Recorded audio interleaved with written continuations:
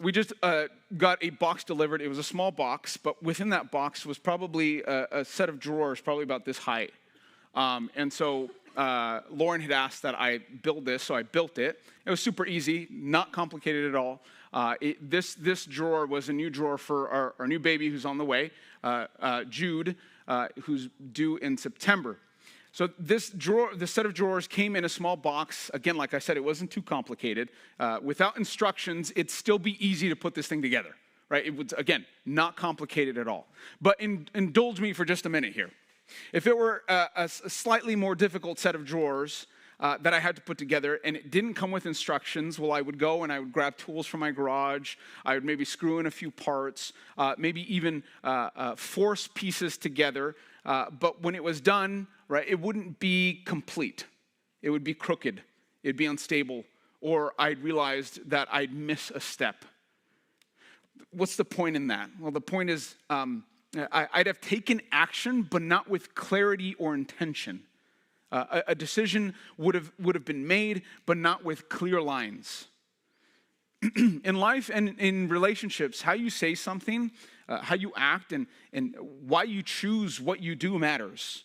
Following the right steps in the right way leads to something that can last. Knowing the next steps matters.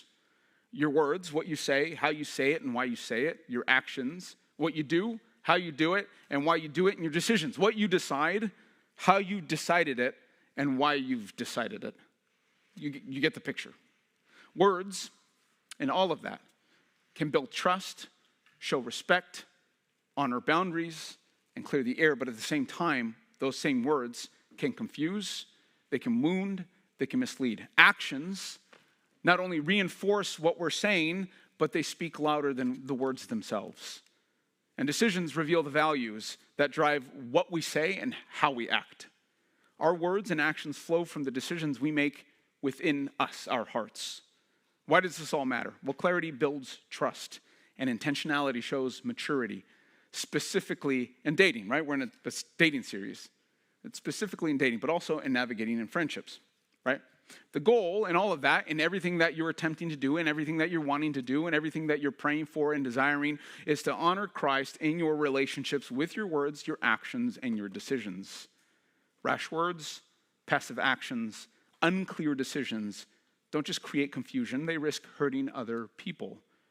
And in some instances, misrepresenting God. In dating, you speak wisely, truthfully, act with integrity, and be decisive. Tonight's all about what's next. How to. What do I say after this? How do I act when this is said? How do I decide when I'm ready to do A, B, C, X, Y, Z? What's next on the queue is what I've titled this. And while these verses, the verses that we're going to be talking about tonight, don't necessarily or directly address dating, the biblical wisdom they offer, the biblical principles that we can build our dating relationships, our friendships off of, can guide how you speak in those relationships, how you act in those relationships, and the decisions that you need to navigate while you're dating or in a friendship. Again, so what's the point? Intentions are to get as practical as possible.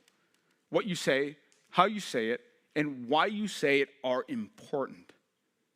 Speak honestly, with conviction, and clearly. That's our first point for tonight, is use your words to speak truthfully. And for this one, I want to be in Colossians chapter 4, verse 6. And that says this. It says, "Let your speech always be gracious, seasoned with salt," excuse me, "so that you may know how you ought to answer each person." Always be gracious, right? The three things there. Always be gracious, seasoned with salt, and so that you may know how you ought to answer each person. So you know what it is that you need to say and how you need to say it.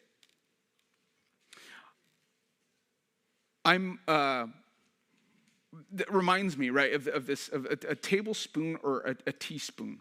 Have you ever thrown 3 tablespoons instead of 3 teaspoons into something? Or you've added sugar when you needed to add salt because of a mislabeled jar. A small mistake or a big one, just a spoonful of something or a teaspoon, but it throws off the entire batch or whatever it is that you're making. What was supposed to be sweet ends up bitter or salty, and no one wants to eat that now. Nobody's going to want to enjoy that, not even you. This happens when words are just slightly off, when you exaggerate interest, hold back the truth, or say what sounds good instead of what's real, what's honest. Even small distortions can sour the whole relationship. Not saying what you actually think can also have an effect. Speaking truthfully might feel uncomfortable in the moment, but it preserves the sweetness and builds something worth enjoying. I want to break down Colossians chapter 4, verse 6. Paul says, be gracious. Let your speech always be gracious. The way you communicate, the way you talk, your words, let them be gracious. Speak kindly, graciously. Grace, specifically, again, because we're in a dating series, in dating doesn't mean avoiding the truth. It means telling the truth kindly and respectfully. It's being honest about your intentions.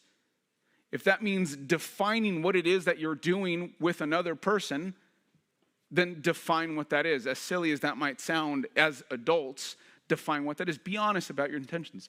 This is what it is. This is what you are. You are a boyfriend. You are a girlfriend. Define that. Make it happen. Be gracious. Seasoned with salt. So your words have to be gracious. How you communicate, your speech needs to be gracious, honest, kind, respectful. It has to also be seasoned with salt. Salt preserves, it enhances. So let your words bring clarity, encouragement, truth. Speak things that reflect character and substance, not just charm. Right? You don't want to, I think that the high schoolers call it the Rizzler. You don't want to just be a Rizzler, right? Am I saying that right? I sound old just I feel right? You don't want to just be a Rizzler. You want to have character and substance in what it is that you're saying, right? You don't want to just be bold and confident and just saying things to say them. You got to speak openly about your values and your boundaries. Don't just show certain cards. Don't put certain cards on the table. Be honest. Be real. Be seasoned with salt in what you're saying. Speak clearly, be encouraging, and speak truthfully. And the third thing he says in that verse is know how you need to answer. Obviously, not every dating conversation is going to sound exactly the same. It's going to vary person to person. Right? With some of you have probably experienced this. With some people, it's like pulling teeth. I need to just keep asking questions. I need to keep thinking of icebreakers. You know, if you had a superpower, would you rather fly or would you rather teleport, right? Just things to open up the conversation. With other people, they won't stop. They're just saying whatever. On the first date, they're like, this happened 5 years ago. I hope you're ready to deal with that now. Know how you need to answer. Know how you need to speak. Know how you need to communicate. Tailor what you say with spiritual maturity, knowing that different people require different kinds of clarity. Some people you need to be blunt with certain people. Other people, you need to let them down a little easier, or you need to prep yourself and them with a hard conversation. But that doesn't mean that you need to not say those things. They should be said, right? If there's misunderstandings, clear them up quickly. Clear up those misunderstandings quickly. Now, based on Colossians chapter 4, verse 6, again, this one is coming off, this sermon is going to be more practical. So I want you to understand this. The verses I'm sharing with you are to form biblical principles, a biblical foundation with how you can think and do. I don't want you to say, well, Pastor Elvis says this is the only way to do it. I don't want you to think that. I'm not trying to overcomplicate dating. I'm just trying to help in terms of a timeline, which some of you probably already understand, some of you may not, and that's okay. Based on Colossians chapter 4, verse 6, right? Those three things that I gave you, speaking graciously, letting your speech be gracious, being seasoned with salt, and knowing how you need to answer, I think will help develop the way that you think about clear values, direction, and basic alignment between you and the other person. And I would say that, I would put that on a timeline between the first few dates and even early conversations. Early conversations, the first few dates. These are things that you guys should be asking. And it's okay to ask these questions on the first early conversations. In fact, even before you date, you should probably be asking, hey, are you saved? Because that's something that you definitely want to know. Are you saved? And then if they go, yes, I'm saved, right? Okay, well, where do you go to church? Where then all those other questions can start happening. Where do you go to church? Are you serving? How are you serving? Right? What's your spiritual walk like? Do you have spiritual disciplines? What does that look like for you? Are you reading on a daily basis? Are you only picking up your Bible once a month and you show up on a Sunday morning and you're just kind of taking notes and you're out of there? What does that look like? It's okay to ask those questions right out the gate. Another one is life direction. You want to know where that person's going, what they're thinking, career-wise. What does that look like? Goals. What are your goals? What have been your goals? Have you met those goals? What are your passions? What are your pursuits? What are you into? Do you like making risotto? I do. That's cool, right? Do you like playing volleyball? Whatever, you know? This is the time for those questions. Ask those questions. Get to know this person. Commitment and intentionality. What is, I think, a good question? And again, I'm saying this again. You don't have to ask this question exactly the way I'm saying it, the way I'm phrasing it. This can come out differently. All of these questions, but the faith one should probably be the best planned question that you ask. I'm going to intentionally ask this question. I need to know if this person's saved. But this commitment and intentionalities, what does dating look like to you? Is that something you casually want to do? Or are you looking to get married? All of these, right, with the exception of the salvation one, right, there should come up naturally in early conversations. Don't fire off like an interview. You're not sitting down in front of somebody and I'm going to interview you like, you know, you're in front of a panel and I'm going to ask you 20 questions and I need to know exactly, right? I mean, maybe, yeah, speed dating. That works there in that situation. I think the goal here is to let these come off organically. It's okay to ask these questions in early conversations, first few dates. Ask those questions. I encourage you to ask those questions or questions like it. I think that this next stage, right? If I'm gonna explain it this way, would like a mid stage, right? A few weeks to a few months, we could say, give or take. Again, this may vary person to person. Is you're looking for compatibility, conviction, spiritual maturity. Right? What does that look like? I think if you're looking for that, if there's somebody that you connect well, you're compatible with, right? And it goes beyond that, you guys start growing in your spiritual walk, right? That says a lot of what you're doing for each other, how you're encouraging one another. But I think it's okay at this point to ask about relationships and their past. How have past relationships shaped you is a good question to ask, I think. What are some boundaries you've found helpful or important? And I think a good one for you to kind of try to wrap your head around early on is how do you handle conflict, disagreement, hurt, pain, right from those past relationships or your past life? How do you handle those things? Because that says a lot. And how they handle that now is going to say, it speaks volumes on how they're going to handle that if you were to get married to them. Faith and conviction, I think, is a good one to ask here too. What are your views on biblical roles in marriage? How do you handle seasons of spiritual dryness is a good question to ask.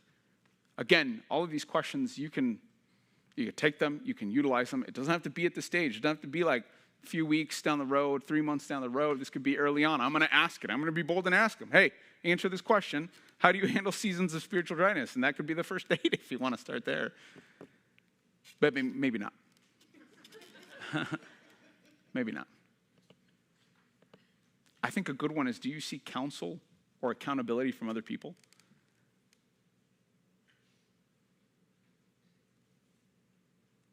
Lifestyles and priorities. How do you view finances, tithing, stewardship, all of that? And I think for those of you who have kids, right? I think a big question to that is how would you approach blending families? How would you approach blending families? How would you approach, if you're a single parent, a good question to ask the other person, how would you approach parenting? Right? Especially if that person does not have kids. How do you approach parenting? How do you wrap your head around that? Because a big question and a topic of conversation that you guys should have is, all right, what kind of family culture did you grow up in? Here's what I grew up in. This is what I'm used to. This is what I would do. Would you do something different? Would you do something the same way? Would you want a child rear? Would you want to parent? Would you want to do the same thing that you grew up experiencing, that you grew up in that culturally? Because these are best asked after a foundation of trust has been formed, obviously. Once it's clear both are pursuing a Christ-centered relationship, right? This is something that you start digging in some more. I'm going to start digging some more, right? After that, you can start be like doctrinal beliefs. Where do we align? Are you a cessationist? Am I continuist? Right? What's your eschatology? Are you covenant theology or are you dispensationalist? Right? That would probably if that's what you both were really into, that would probably make or break the relationship. Can't have a continuous and a cessationist, maybe. Maybe you can. On the same page regarding home, parenting, and gospel mission, your Christian mission. How do you view marriage? Do you want kids if you don't have any? Right? You can start asking those questions. Obviously, some of these, again, I'm going to say this again.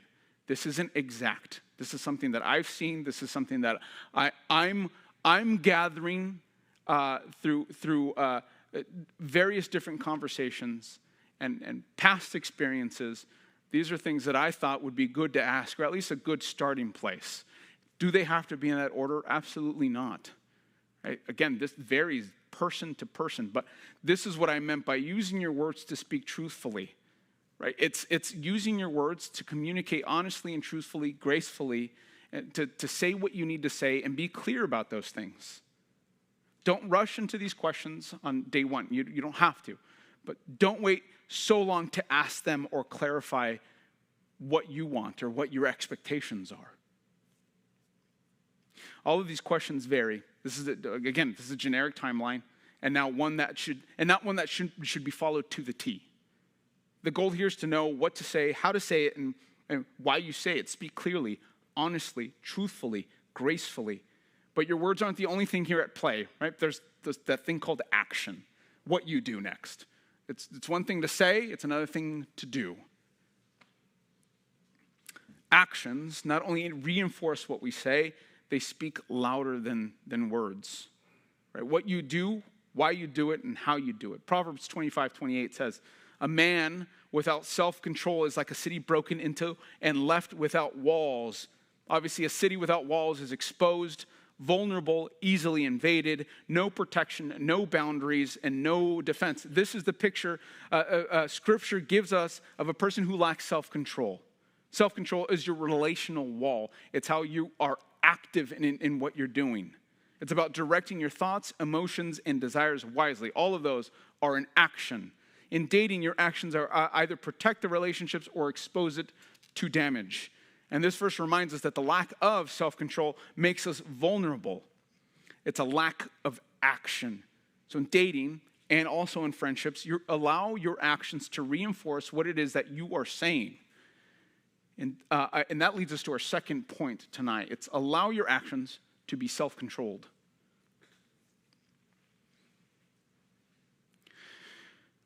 I came across this ancient fortress called Masada. It's in Israel. It's in the middle of nowhere. But this is where Jewish rebels were able to defend the site against the Roman 10th Legion. Just this giant army who was there. They were able to defend the site against it. There's some other stuff that happened there once the Roman Legion broke through. But this fortress was heavily fortified. heavily. There's nothing exposed. That's why it took the Roman legion a very long time to break through that fortress. Ancient cities, right, built walls for protection. They needed it. Without them, enemies could enter at any time, causing chaos and destruction. For you and I, our fortified walls should be made up of that self-control. It protects. It's that action. It's that purpose, intentionality. And with dating, it protects both people in a relationship. Without it, emotions, desires, impulses are going to take over, causing damage that could have been prevented. The practice of self-control should be a part of your daily Christian living anyway. It isn't the starting line, but a vital step towards spiritual maturity. 2 Peter chapter 1, verses 5 and 6 says, "For this very reason, make every effort to supplement your faith with virtue, and virtue with knowledge, and knowledge with self-control, and self-control with steadfastness, and steadfastness with godliness." So Peter's saying some really important things there. You're building the stepping stone for godliness, with virtue, with knowledge, good knowledge, godly knowledge, self-control, this steadfastness to strive to be godly. But here's how you can utilize Proverbs 25:28 and 2 Peter as biblical principles while dating. I think in allowing your actions to be self-controlled, I think you need to pause before responding. Pause before responding. You don't want to act. I'm not saying we're never not going to do this. This is going to happen one day if it hasn't happened already. Don't react emotionally. You need to pause, pray, reflect, and respond with what? With wisdom. You need that wisdom. Proverbs 15:28 says, "The heart of the righteous ponders how to answer, but the mouth of the wicked pours out evil things." Heart of the righteous ponders how to answer. You have to carefully consider what you're going to say, how you say it, and why you say it. Am I saying this because I've been hurt, because I'm heartbroken, because I feel lonely, I'm frustrated, I'm angry at the season of life that I'm in, I'm mad at myself for not being able to do something I'd set something myself to do? I got to pause before responding. That's how you allow your actions to be self-controlled. I think in dating, right, and allowing yourself to be self-controlled, don't dump every thought. Don't just, I'm just going to word vomit, and here you have it. Speak truthfully, but filter what needs to be said now, later, or not at all. Watch how you say it. Control yourself on what you feel like you need to say. Think before you say that thing. If you need to, go to a godly friend that's going to say, "Hey, so-and-so said this. This is what I want to say." And that person might say, that's a terrible idea. Don't say that. I think as you're dating, this even goes with friendship, but as you're dating, avoid gossiping or venting about the other person. I'm doing this marriage workshop for the Spanish ministry because I oversee the Spanish ministry as well. But the marriage workshop, we were talking about communicating. But we've been talking, parenting, communicating, the godly relationship that they need to have between the two of them. And it's never speaking poorly of your husband or your wife. It's just unnecessary, right? And I'm not saying that in your dating adventures right now in this season that you are married, but it's still avoiding gossiping or venting about the other person. We just talked about using our words to speak truthfully and graciously. We should do that. Speak clearly. Be honest. If that's bothering you, go and tell the person. Say something. Pray and speak to a trusted person, right? Not friends who are just going to feed into that. Who are going to be like, "Oh, you're right. You should say that."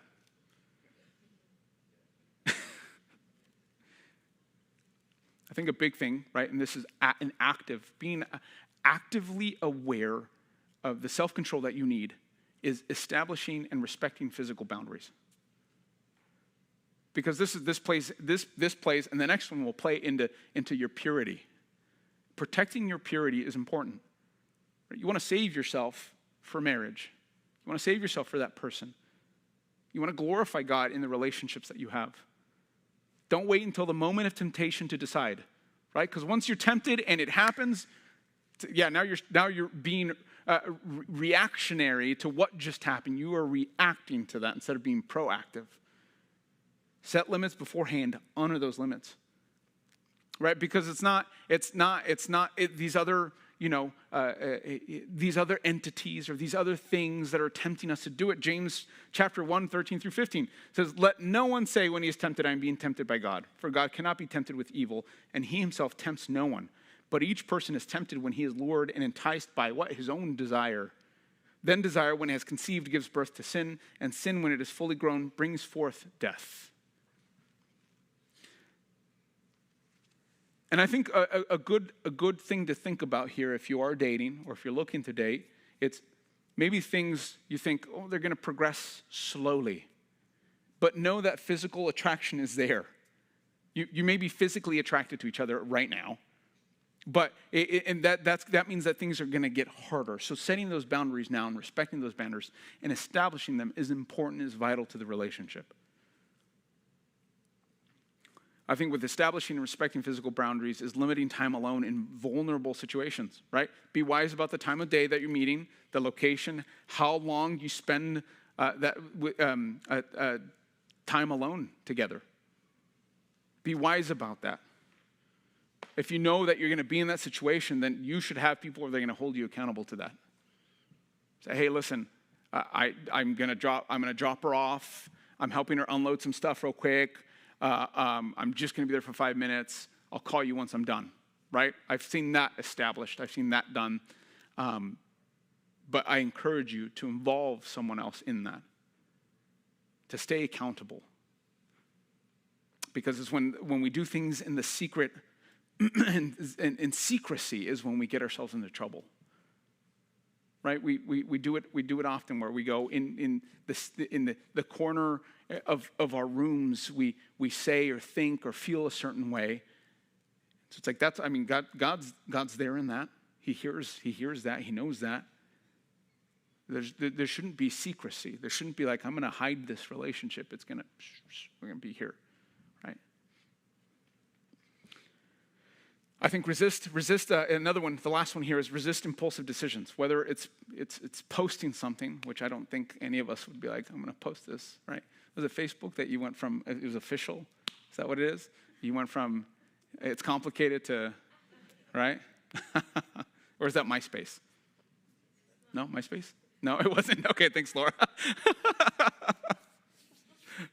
Right, resist, right? Expressing strong feelings too soon or escalating something. I think it's important, right, in this season of life, that it's okay to allow it to slowly progress, but you don't want it to be so long, this long process or this long progressing, because at the end of the day, if you both match up, this is what I would want in a husband, this is what I want in a wife. If that matches up, there's no need to slow things down, right? Think about it, pray about it, and then that's when you can make the decision, right? But slow down, pray, get perspective. Don't be impulsive in your decisions. Bottom line, self-control in dating isn't only about the rigid parameters. It's about wisdom, protection, preparation. It guards your heart. It honors the other person and keeps Christ at the center of what it is that you're doing. Being vigilant of what you say and how you act or react is crucial in the next steps of dating. What do I do next? I like somebody, what's next, right? But decisions reveal the values that drive what we say and how we act. Our words and actions flow from the decisions we make in our heart. And Paul helps us understand that in Ephesians chapter 5, verses 15 through 17. Where Paul says this, he says, look carefully then how you walk, not as unwise, but as wise, making the best use of time because the days are evil. Therefore, do not be foolish, but understand what the will of the Lord is.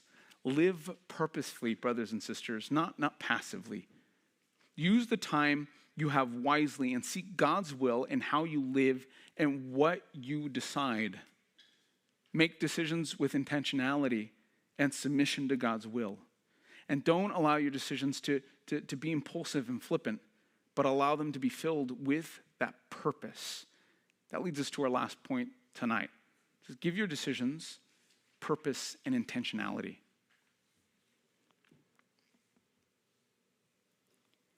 It's just like in a race. A race has a start line and has a finish line. There's purpose, there's a goal, there's an objective. Now imagine if you've entered a race and you're running this race, but no one tells you where the finish line is, or if there even is one. You run, but you're not sure if you're getting anywhere. Your legs start cramping. You're like, when's this over? You're going mile 20, mile 25. It's like, all right, I've done a marathon already. Where's the finish line? When's this over? In that same way, dating just to date, to casually do it, it can be exhausting. Purpose gives direction and helps both people understand clearly what's going on. And Paul lived with focus and discipline, not randomly or carelessly. And that goes beyond dating. To live purposefully and intentionally, or it's like Romans 8:28, to be made more in the image, to be conformed in the image of Christ is our purpose. Right? That goes beyond dating. That's who you need to be now as an individual. As a brother and a sister in Christ is to live purposefully what God intends for your life. All right, Paul wasn't careless. He wasn't random. He says this in Corinthians chapter 1. 1 Corinthians chapter 9, verse 26. He says, so I do not run aimlessly. I do not box as one beating the air. And I love what he says there. And we'll dig in a little bit more into what he's saying in the rest of this passage here. In just a second. He has purpose. He has action. It's not passive. This is a great biblical principle to utilize in all of life. You should have an aim, an objective, a goal. And that's to love the Lord with your all. But this biblical principle also helps in the concept, the idea of dating. In this, you should decide not to date aimlessly, but with purpose. Don't do it just to pass time because you feel lonely, chase fleeting emotions. I think in all of this, right, in purposefully dating, you're clarifying your intentions. Am I pursuing marriage? Is this person someone I could see as a future spouse? Those are important things to be asking yourself. Define what it is that you're looking for and why, so you're not running without a goal. And once you know that you're that for each other, say it, verbalize it. It's silly to define it. I know it is. It's silly to define it, but deciding to be clear about that is very helpful for each other. Don't leave someone guessing. What is this? Is this something? What are we doing here? Don't be aimless. Be purposeful. I think at the same time, you need to discipline your heart and desires. Paul practiced this self-control. Guard your hearts from rushing in or compromising boundaries. He says in that same verse 26, so I do not run aimlessly. I do not box as one beating the air, but I discipline my body and keep it under control, lest after preaching to others, I myself should be disqualified. All of that is active faith. There's no random, there's no aimlessness, there's no wandering. He knows exactly what he needs to be doing. And I think all of us in this room should be in that same boat, or should strive to be in that same boat. I'm not aimless, I'm striving for a life that's full of godly things, with a mind that set its sight on the things above, not on the things of this earth. And disciplining our hearts and our desires in all aspects of life starts with that, is guarding your hearts from rushing in or compromising boundaries. Don't box as one beating the air. That's just flailing around with feelings or reacting impulsively. Seek Christ first, letting his word guide your emotions, your thoughts, your action, letting his words hold captive every single thought. Be held accountable. I can't say this enough. Right? And it's not just this ministry, right? I have seen another ministry where I say the same exact thing. I think as Christians, it's important, it's paramount that we hold each other accountable, so that we're not just like going and nobody's going to sharpen us, nobody's going to say anything to us, nobody's going to correct us, nobody's going to rebuke us. Have somebody that holds you accountable. Ultimately, guys, you want to stay focused on the true prize, right? It isn't just about finding someone, it's about glorifying God. and pursuing a Christ-centered relationship. So don't lose sight of your first love, who's Christ. It's Christ-centered. Don't lose that focus. It's the same reason why we come and we serve at church. We do Fall Fest. We do Awanas, right? The focus there isn't the kids. Well, it is, right? It may feel that way, but the focus there is Christ. Right? My focus is to have an opportunity to share the gospel with somebody. That should be the same at work. I'm going to work in a manner that's going to reflect Christ at work. I'm going to represent Christ in my family at these family functions, in a room full of family members and cousins, uncles and aunts who do not know Christ, want nothing to do with Christ. I'm going to reflect Christ. The same thing should be in dating, and especially dating a fellow Christian. Don't lose the sight of your first love, Christ. Again, I think I've said this every single sermon. I'm not trying to overcomplicate dating. But let's be clear. Your words matter, and so does your silence. What you say or don't say communicates something. And your actions, they either reinforce or contradict your words. Your decisions should be purposeful and intentional, not careless or aimless. You know what I can't stand? Robocalls. And I've been getting a ton of those lately. Yesterday, I think I got like 3 or 4 of them. And Lauren, I know you say not to do this, but I finally just answered. Nothing. I cleared my throat. I wasn't going to say anything. Let's see if someone says something to me. Right? Nothing. I know I shouldn't answer them, but I do. I'm curious. What's on the other line? What do they have to say? And in my mind, I go, you know what? That's it. I'm going to answer it because I've had it. This is annoying. I'm going to let them have it. Right? Whoever's on the other line is going to be like, you know what? You've called too many times. But when I finally pick up, like I just explained, there's nothing. Nobody answers. Nothing. No voice. No message. Just silence. And in that moment, I realized my decision to answer was a complete waste. The time I spent thinking about it, wasted. If I'd spoken, even my words would have been a waste. It would have been a waste of my time. Dating without purpose is a lot like answering one of those robocalls. There's a moment of anticipation, maybe even frustration, but in the end, there's no voice, no direction, nothing meaningful exchanged. It just leaves you wondering why you answered in the first place. But don't let your dating life be full of unanswered calls and wasted words. Speak with clarity, act with integrity, decide with purpose. Because when it comes to honoring God and guarding your hearts, aimlessness isn't just unhelpful, it's unloving. Let's pray.